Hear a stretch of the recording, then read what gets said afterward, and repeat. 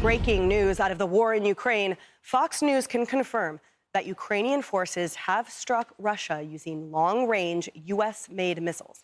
President Biden approved their use just days ago. Now, Russian President Vladimir Putin is approving a revised nuclear doctrine that lowers the threshold for a nuclear response.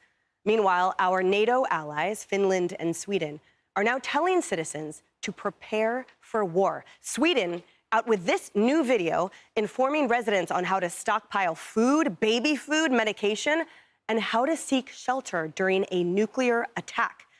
Sweden also sent out more than 5 million of these pamphlets there on your screen. And Finland posted one on its website, both urging citizens to prepare for the possibility of war and how to prepare for such. Kara, frightening developments. What do you say about this specific response by Finland and Sweden? Well, I think it's going to further impress upon them the need to really take control of their own security situation. As we know, the United States has been providing that security blanket for a lot of these NATO countries for so long. This is a wake-up call. You know, you don't want to be alarmist, but whenever Putin says something that references nuclear powers, and those ATACMS, they're U.S. supplied. So I think that is something to consider. So we need to think very seriously.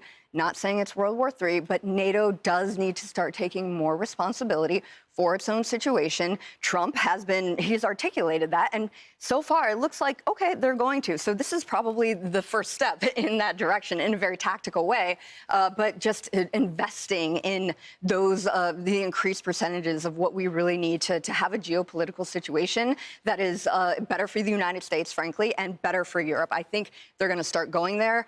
I don't like this escalation. New national security advisor incoming said it best when this is an escalation ladder. We don't know where it leads. I think that's very correct. But I also think that we have an opportunity with Trump and his new team to come in and right the ship. And I believe that we'll do that. We don't want this axis to grow, North Korea, Iran, China. But I think with Trump going to be in office January 20th, we are going to be in a better situation than we actually are right now, God willing. So, Charles, Kara mentions the escalation ladder. Right. I mean, the top rung is telling your citizens to prepare for nuclear war. And not since the Cold War has that been sort of accepted as practice. And it's been an incredibly long time since that incredibly frightened state of hysteria that the country was in. And that's where Finland and Sweden are now. That's where they are now. You know, it's sort of Sunday morning quarterbacking, but the Biden administration mishandled this from the beginning, right? I mean, they had over a year of knowledge that the invasion was going to happen, did absolutely nothing. Nothing to deter Russia, zero. Then once it happened, they made a series of clumsy moves. Economically, they took Russia off a system that everyone in the world uses. And a lot of folks say, you know what, I never want the U.S. to take me off it. That, you know, now we have a big counterforce economically that's happening. In the meantime, we gave Russia the weapons they needed too late, and this is a move of desperation right now. This is a move of desperation, and that's when things escalate out of control, when they become desperate. And we're in a dual race right now before this becomes something where America is actively involved in another world war, or somehow some sort of armistice or treaty is met. But right now, it's an equal race, in my opinion, and Trump can't get in there soon enough. Now, here's the good news. Russia, their reserves have gone down dramatically recently. Germany finally said, we won't take your natural gas. How the hell were they buying natural gas from Russia in the first place? So a lot of things are going against Russia right now, but it's escalating. And you mentioned the evil axis, or the new axis of evil. I read somewhere to potentially 100,000 North Korean soldiers being involved. So it's got to be nipped in the bud, or it's going to be out of everyone's control soon.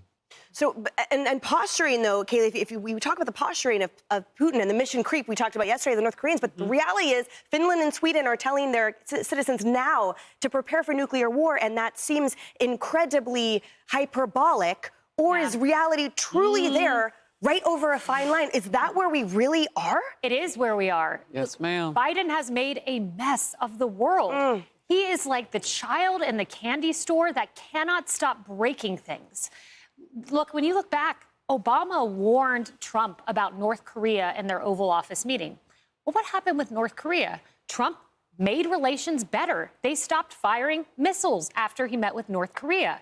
Then you have Biden lecturing him on the Ukraine war.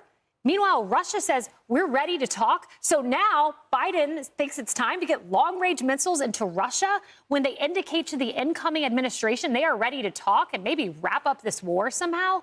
I mean, the Taliban wants a new chapter. Hamas wants an end to the war immediately. China wants peaceful coexistence. That's because the peace through strength guy, Donald Trump, is coming back. He just started receiving intel briefings, according to the Washington Post. He got his first one shortly after his election. January 20th can't come soon enough. It's time for the kid in the candy store to go home and just sit back and think about what he's done. Look, I'm with Kara on this. And Nikki Haley has said it, too, the former U.S. ambassador to the UN for the United States. We know that she had firsthand experience. When a dictator tells you what he's going to do, he's going to do it. Mm-hmm. And so now we have poked the bear. 62 days until Inauguration Day. Biden decides to do what he could have done 999 days ago when this started. And remember, I'm not going to say that his words caused Russia to invade Ukraine. Let's just say they didn't help. Minor incursion.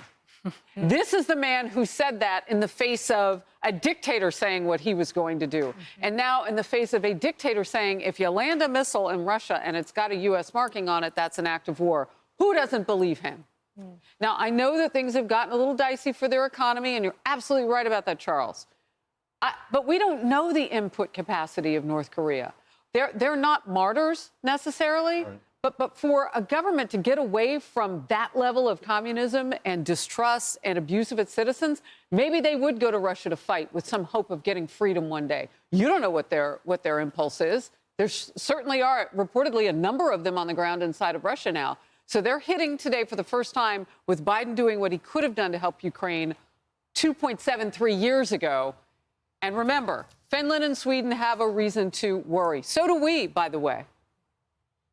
When one attacked equals all of us attacked, right. Article 5, that enshrines us as a collective. We have to fight.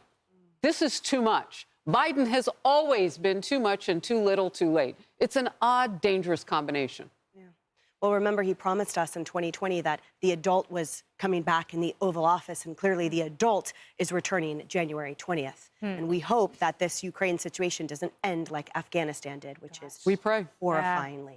Hey everyone, I'm Emily Campagno. Catch me and my co-hosts Harris Faulkner and Kaylee McEnany on Outnumbered every weekday at 12 p.m. Eastern, or set your DVR. Also, don't forget to subscribe to the Fox News YouTube page for daily highlights.